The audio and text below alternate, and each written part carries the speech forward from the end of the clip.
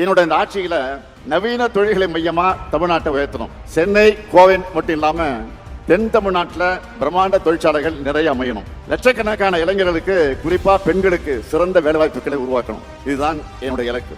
அதை முன்னுரிமையாக கொண்டுதான் திட்டங்களை தீட்டி முதலீட்டாளர்களுக்கு ஊக்கம் தந்து புதிய வரலாற்றை நம்ம திராவிட மாடல் ஆட்சி படைச்சுக்கிட்டு இருக்கு. படிச்ச இளைஞர்களுக்கு இங்கேயே நல்ல வேலை கிடைக்கிறத உறுதி செய்வோம். இந்த தென்பாண்டி சீமையை தொழில் வளர்ச்சி நிறைந்த சீமையா மாத்தினது இந்த முத்துவேல் கருணாநிதி ஸ்டாலின் ஆட்சின்னு வருங்காலம் சொல்லும். அந்த அளவுக்கு வலுவான அடித்தளத்தை உருவாக்கி இருக்கிறேன். உலக அளவிலான முதலீட்டாளர்களாக இருந்தாலும், இந்தியாவோட முன்னணி தொழில் நிறுவனங்களாக இருந்தாலும், அவங்கள நான் சந்திச்சா எங்க தென் மாவட்டங்கள்ல தொழில் தொடங்க வாங்கினது அப்படிதான் நான் கேட்பேன். நான் மட்டுமல்ல, நம்முடைய அமைச்சர்கள், அதிகாரிகள் தென் மாவட்டங்களில் முதலீடு செய்ய பரிசீலனை செய்யுங்கன்னு தான் நாங்கள் வேண்டுகோளை வச்சுக்கிட்டு வரோம். அடுத்த இந்த ஆண்டுகளில் தென் மாவட்டங்களுடைய வளர்ச்சி என்பது புலி பாய்ச்சலாக இருக்கும்.